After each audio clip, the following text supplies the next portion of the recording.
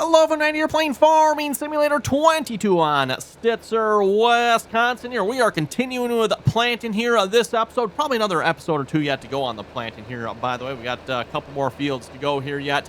I've got the John Deere 4020 here with our John Deere 7000 planter here, working on our large field 76, making progress on that one here, getting that done. Just got a bunch of other things going on here as well. Got the Minneapolis lead working on cultivating under the weeds on this field. And let's see what's, I think I've got one or two more things going on. The rolling is done. Okay, that's fine. And then I've got the John Deere 5020 over here, still planting grass. Or I'm sorry, not grass, clover actually. I'm sorry, clover on this field here. Hopefully once we're done planting clover, by the way, I want to switch this over to oats, and we'll probably do at least one field of oats here. I'm thinking like field 92 or something like that. It'll probably be our oat field. Here's what I'm thinking anyway. At least I don't think I've got 92 planted yet, right? Do I? No, shouldn't be. Double check here. Yeah, field 92 is still in the cultivated stage. So you can see so far, we've only got, once we're done with this planting here so far, like I said, 93 is getting finished. We're going to start on 92 this episode. That leaves just field 80, 77, and 84. So, like I said, we are making some progress here. Oh, that's right. Not oats wouldn't be on 92. Oats will probably be, I don't know, one of the three fields out here. Maybe, I don't know, like 80 or something like that. Might be a good oat field here. We'll see once. But anyway, making progress, Evan. And speaking of making progress, let's hop over to field 92. I've got a brand new planter to try out here this episode. I know some in the comments like, hey, maybe we should get a bigger planter. Well, instead of a bigger planter, we just bought a second planter. Again, trying to keep it a little bit older school here and try out some of the equipment we haven't already tried. So in this case, we got a Kinze 3000 series planter here. A blistering 6 rows. Wow, I know. Amazing. Amazing, right? I mean, a massive, massive planter here. We'll see what's up the little Minneapolis Moline U302 can pull this right. I'm hoping it can. If not, we'll have to step it up to one of the larger tractors here. Running out of the smaller, tractors of this size here. This one was on the auger here last time there, so shouldn't be needing the auger there for a while. Actually, I shouldn't say that. We got soybeans hopefully to sell here coming up in April, June. I think it's July, if I remember correctly. July is when we got to sell the soybeans. So, oh hey, look at that! This planter actually does row crops. Cool. And when I say row crops, it's leaving the proper texture for corn, right? I don't know why our other planter does not do that. I don't know if that's the problem of the planter then or what, but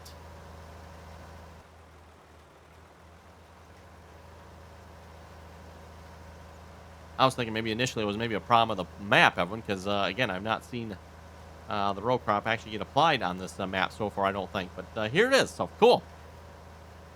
Anyway, I think this field is pretty much fertilized, limed, all that good stuff, so we should hopefully see some good yields off this field. Again, a little bit disappointing we don't have precision farming here, everyone, but never know. Maybe in a bit we will. And when I say in a bit, we probably won't see it before Farming Sim 25 if I had to guess. You never know, but and of course, if we do, I wonder if it'll require a new save game. Supposedly, the map author, again, MRG Map, and is working on having precision farming eventually for this map, but again, like I said, I don't know if that'll happen for Farming Simulator 22 or no idea.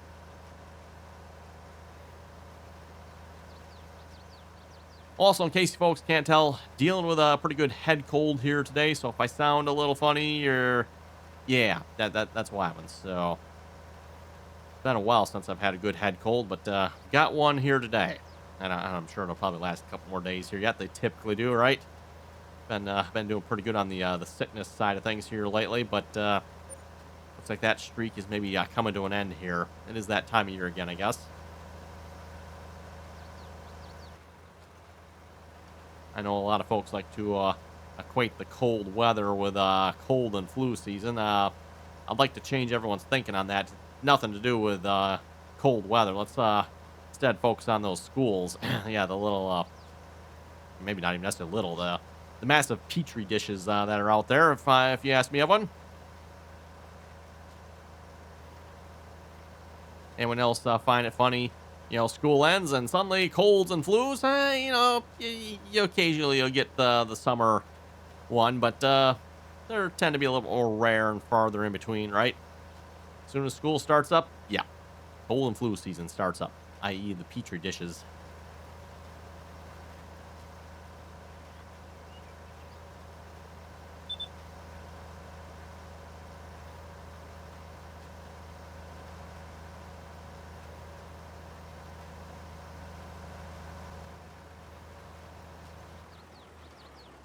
So far, this tractor seems to be pulling this planter just fine, so that's good, everyone.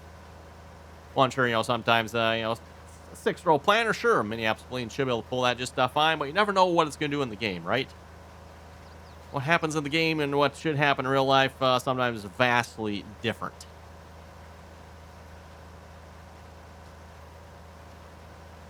And again, as I've said before, I'm going to kind of probably blame Giants for most of that.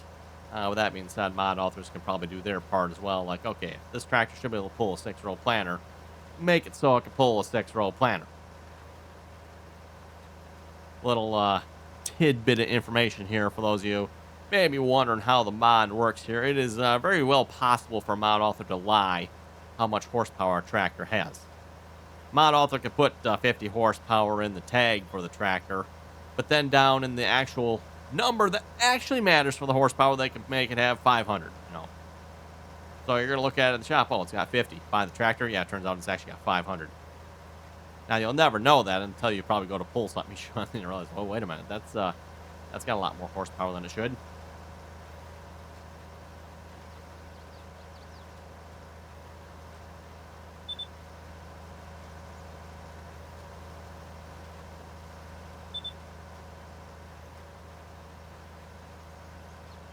Those of you wondering, by the way, there's a whole spreadsheet for figuring that information out. You plug your numbers into the spreadsheet. You want your tractor to have this much horsepower, and then the spreadsheet will more or less output the numbers you need for your mod to accomplish, that 50 horsepower. And of course, again, like I said, when you want your tractor to pull something that'll take 50 horsepower, you might have to actually do a little trickery to actually make sure it will actually pull something that takes 50 horsepower. A little bit weird how that's done. If you ask me, again, I don't quite understand why Giants doesn't. Okay, 50 horsepower, right? Why do we got to sit here having two numbers? Again, same thing with the widths on some of the equipment. I'm like, why do we got to sit here having multiple widths? Why is one width not good enough, right?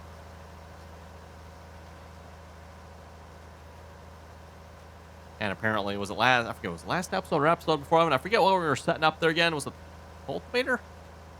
I think it might have been the cultivator. Courseplay said it was, 30 feet wide, and then GPS said it was only 18. GPS turns out was right, but why the discrepancy, I don't know. Probably just, again, some mod author not having something set correctly. As I've said, Evan, I don't understand it, why it is with some of these older mods, Evan. I understand the maybe complexity or the maybe the quality of the mod, like the overall model, Evan. The model maybe tends to be a little bit lower quality, just you don't have as good of models available for the older tractors, right?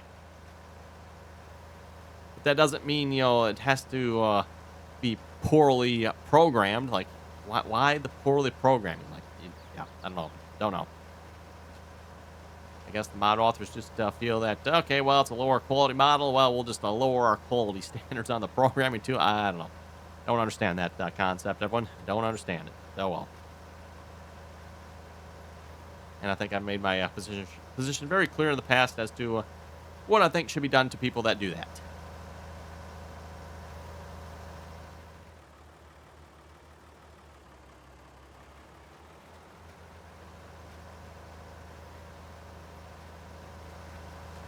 At the back of the tractor. Oh, Minneapolis Moline. Just, yeah, look at that. One rear light, Evan. Think about that. One rear light.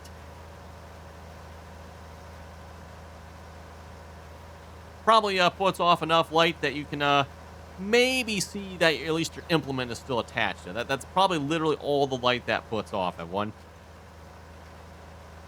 Let's see what we got. Front lights, one each side. Okay, cool. So yeah, front lights, Evan, one each side. 2 front lights. I don't think there's anything actually on the front. Is there? No. When I say front, I'm talking like the actual very front of the tractor. The only lights this tractor has is the front lights that are on the fenders. They're the rear fenders. And then, like I said, one rear light.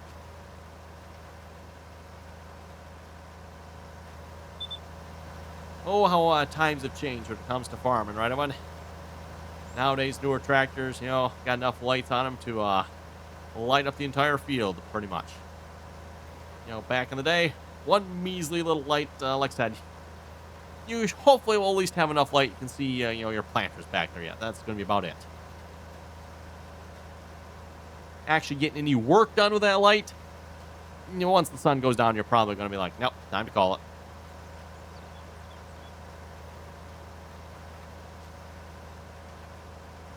And of course, I think it goes without saying, you know, once the sun goes down, you're probably calling it. You're also going to call it until the sun comes back up, too. So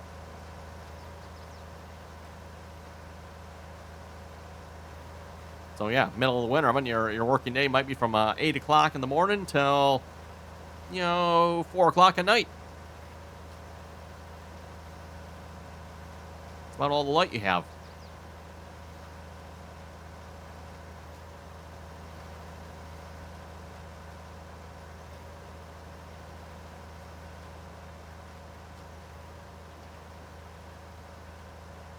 And we almost have our second headland pass here done. Probably do one more at least, then that should be enough. We can start going up and down the field. Of course, I say that, I don't remember how many headland passes I put on the tractor here that is planting our clover field, the 50-20 here, but it definitely was not enough headland passes. Fortunately, this fence here doesn't seem to be causing any issues. I was a little concerned about that. But the fence over here, when the course play started going up and down, oh my goodness, course play got stuck on it every single time it went to turn around. So the headland passes you see here, again, I don't remember how many.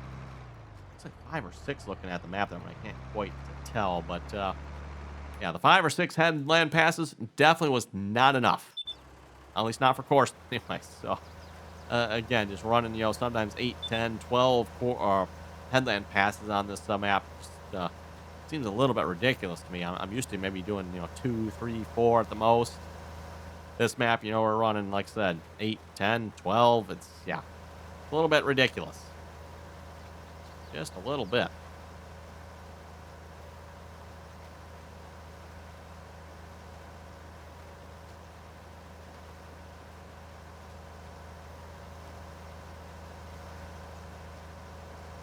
Say too, I thought we had a GPS course for this field. We'll find out once we finish going around everyone. I think we recorded an AV line at one point here for this. Although with that being said, I mean, I don't remember if that AV line was any good, so I might have deleted it. We'll find out. Looks like a fairly straight line here as well, so if we don't want to go with the one that's along the road, we could go for this one too. Looks like it would also work. Anyway, just a reminder, everyone, if you want to click the subscribe button, that's always very much appreciated. And, of course, as always, if you like the video, well, give her the old thumbs up there. Also very much appreciated. And if you'd like to join us in on our multiplayer servers, Evan, that multiplayer server information down below in the description there. Again, anyone is welcome to join as long as you can play nicely, follow the rules. And I don't know about this week, Evan, but at least typically if you want to catch the multiplayer content, Evan, you can find that over on Twitch, RDAllen on Twitch. Like I said, with the head cold I have here at the moment, everyone, live streaming, we'll have to see once. We might have to hold off on that here a little bit. We'll see once how far we can make it into this episode, everyone. My head is already starting to swell up here, I think, so we'll have to see once how much further we can make it here, or just I'll have to be quiet, and yeah, you folks can just watch me go up and down the field and quiet maybe too. We'll see what's how it goes here, but so yeah, like I said, Evan, probably won't be any, at least maybe not the first couple days here this week. There might not be any live streams. We'll have to see what's maybe later this week, but yeah, we're already halfway through the week already, so I'm guessing, Evan, there might not be any live streams here this week. We'll see once. Never know.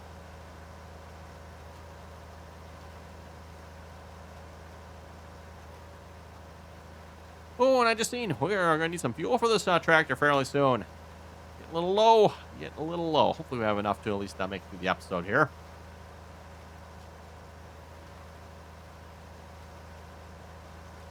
We have 9 liters out of 93 left, huh? So what, 9 liters roughly, what was that, 4 gallons or something like that probably?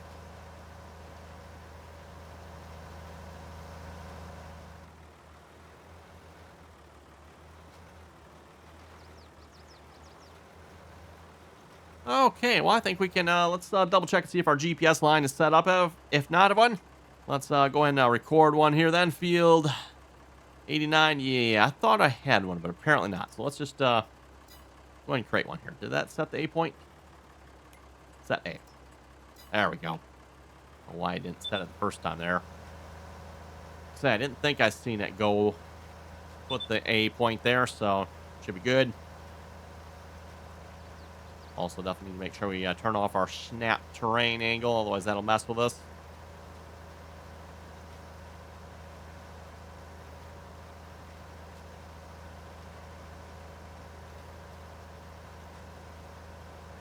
Get to the other end here, we'll set our B point, and that should give us a nice, relatively straight line across the field, and hopefully a line that is parallel with the edge of the field. I suppose if you really wanted to be precise, I mean, probably the better way of doing this. Because what I'm doing now is I'm kind of at the mercy of how I planted the field. So if I was a little off while planting, which, you know, I'm sure that's not possible, right? I mean, there's no way I'm off while planting. But let's just say I was off a little bit while planting that one. That's going to throw our AB line off as well. So if you really want to get an accurate one, you should probably go to the edge of the field, right down the center of it there. And the center, by the way, will be the center of the tractor. At least it should be, anyway. And I say should be, Evan, because depending on what the mod author did, it doesn't necessarily mean it is. Yeah, let's go ahead and save that here then. This is what, field 92?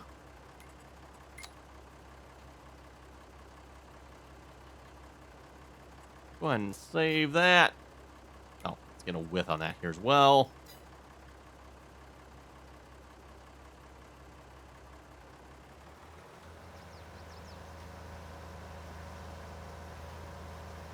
But yeah, if you just use the very edge of the field, then you should have the most accurate line possible.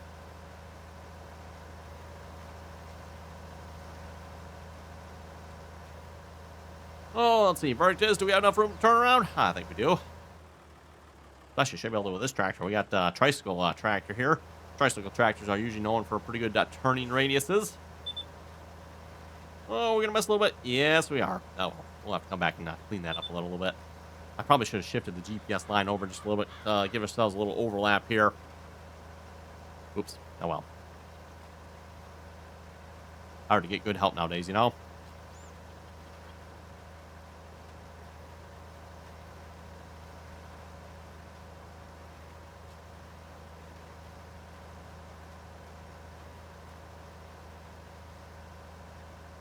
Yeah, gonna have to make a pass right back down that same one there, aren't we? Oh, well. We're staying pretty consistent, though, so we got a fairly good line along with what we're planting.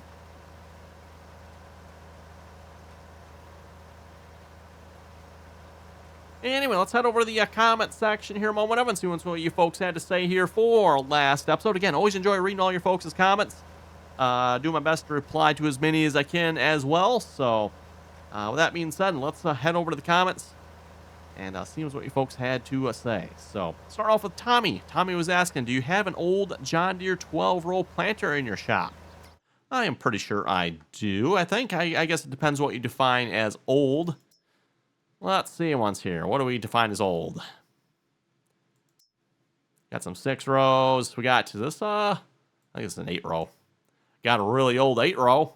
It's probably actually about the size of a newer 12-row, because this 8-row might be the wider spacing. Because back in the day, when corn was usually, oh, and I always forget the number. Was it, I want to say 42, but that doesn't quite sound right.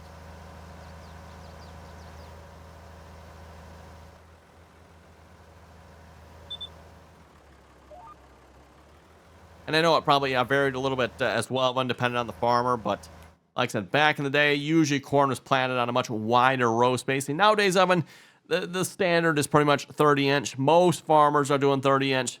There is some, I think it's 22-inch as well, but I don't know how common that is. By far, I would say 30-inch rows are the most common. So, but yeah, again, going to the planter, this old one, and just kind of looking at it, looks like it's spaced out quite a bit too, doesn't it? It might be somewhere in that 48-inch wide planter width.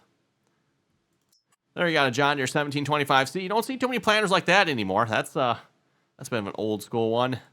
Got a John Deere 7200. Again, the fold in front there, I would consider that to be a little bit older school one. Yeah, so yeah, that's probably about the older school ones that I have.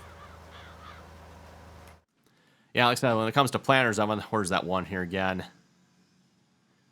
Yeah, you don't see too many planters like this one. This one's a bit of an odd one. Also, apparently has some pretty serious errors with it. So no, can't use that one, even if I wanted to. So bad it crashes. Or there's something wrong with this map that causes it to crash. Helper E and B have left the course. What? What do you mean both of them have left the course? Oh, you know what it is, Evan? You know what it is. Well, I'm trying to look at that planter in the shop, Evan. The game hiccups, and then the hired workers quit. That's what's happened. Okay, we'll just get them going again. Not a big deal. Not a big deal. Although, say not a big deal. I'm not sure. Oh, he's probably supposed to have his headlamp past it, I assume. It's that missing spot there had me confused. Oh, another missing spot. Whoops. Yeah, for me looking at that corn planter. Wow. Note to self, that planter is a real winner, isn't it?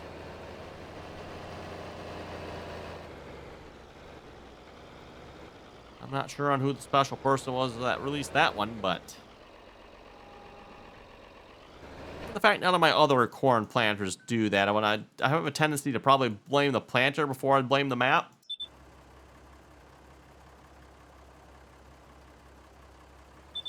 Okay, set up here. Still raise it up here a minute.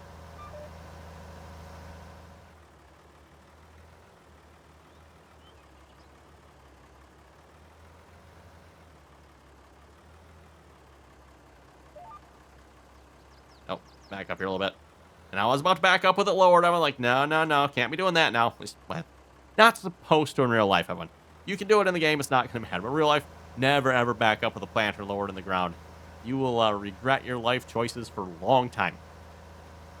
Okay, 1 minute, Evan. I've got to cough up a lung here. We'll be, I'll leave it recording, but I'm going to mute it here in a minute.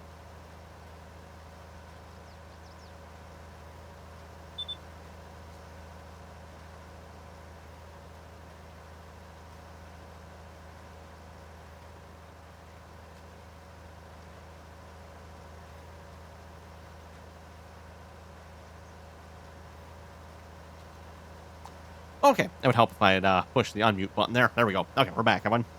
Lung still is, I don't know, we'll have to maybe resuscitate it, but I think we're good. Moving on here to Paul. Paul was saying, love the map. This map is not row crop ready, so you might want to remove them as well. That is a good point. Yes, this map is not row crop ready.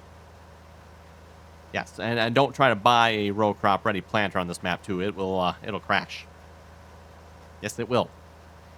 Just watch the live stream when you first, well, you have to have watched the live stream when you first set up one. But yeah. Jordan was saying the John Deere Model A was the most produced John Deere tractor. Ah, okay. The John Deere Model A. Not the B. Willard was saying, good video. Keep up the good work. Hey, thank you very much for that. Always appreciated.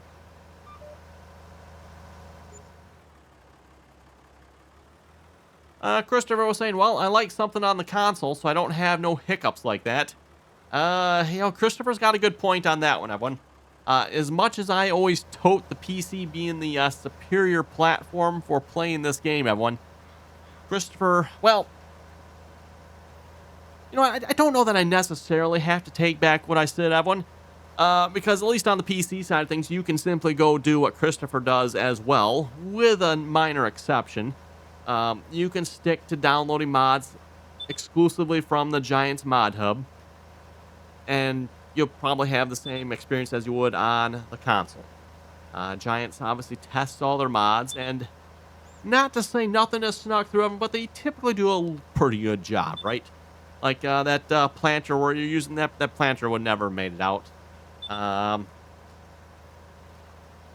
don't know if you had not seen any of your messages on this stuff, but yeah, if you stick to downloading just mods from the official Farming Simulator mod hub, Evan, you'd probably be a lot better off. You won't be experiencing some of the issues I'm having. In fact, none of the issues I'm experiencing here on this map would you have. For one thing, this map is not available on the console. Takes care of that problem right there, right? Most of the equipment we're using is not available on the mod hub. And I said console there. I meant this map is not available on the mod hub, everyone. This map. Ooh, sorry there. This map is not available on the official Farming Simulator mod hub.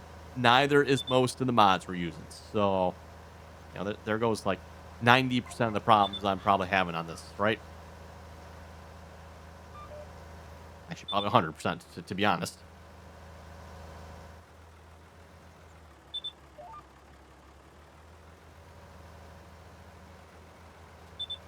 Christopher was also saying a good video, but I might not be getting Farming Simulator 25 because I've been playing 7 Days to Die. Well, you know, sorry to hear that.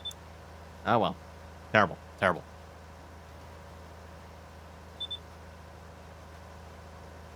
By the way, going back to Paul's comment, you said you might want to remove the row crop planters. Well, definitely could. They are not what's causing any of the hiccups, though. I think I explained this here. Oh, it's probably going on like 2 weeks ago now. I did try this game here with no mods. Like I even went as far as I literally took all the mods right out of the mod folder. I left the map, of course, because I mean, you can't play the map without the map in there. And or I also left the fertilizer planter that comes with the map. I left the seed. No, was it seed? No, animal husbandry. There's what, 3 or 4 mods that came with this. I left those in there, everyone. But every other mod, I literally took it out of the mod folder. I didn't even just like deactivate them, everyone. I took them out of the mod folder. And then I tried it, and the game was still crashing and hiccuping. So, yeah. And then, like I said, too, Evan, I tried it one more time here a while back, too. I tried a brand new save game with no mods. Still did the same thing, everyone. So, every test I've tried to do with this map, Evan, it comes back to one thing. It's the map that's at fault. So, I don't know. Again, as I said, I know I'm not the only one having issues with this map. There's quite a few other folks that have mentioned in the comments as well they're having issues. But then I know, too, there's several of you folks out there said you're playing on this map and have had no issues. So, I don't know, man. I don't know. Wish I could figure it out. The error message, again, is dreadfully useless. There's no deciphering it, really. And unfortunately, that's kind of what it comes to with those type of error messages. When you see those Lua script errors, usually pretty hard to decipher what's going on with them. You really got to be good to know what's going on. Anyway, I think with that, we're going to wrap it up here for today's episode. You folks have any comments or questions, be sure to leave them down below. And as always, everyone, thanks for watching. Until next time.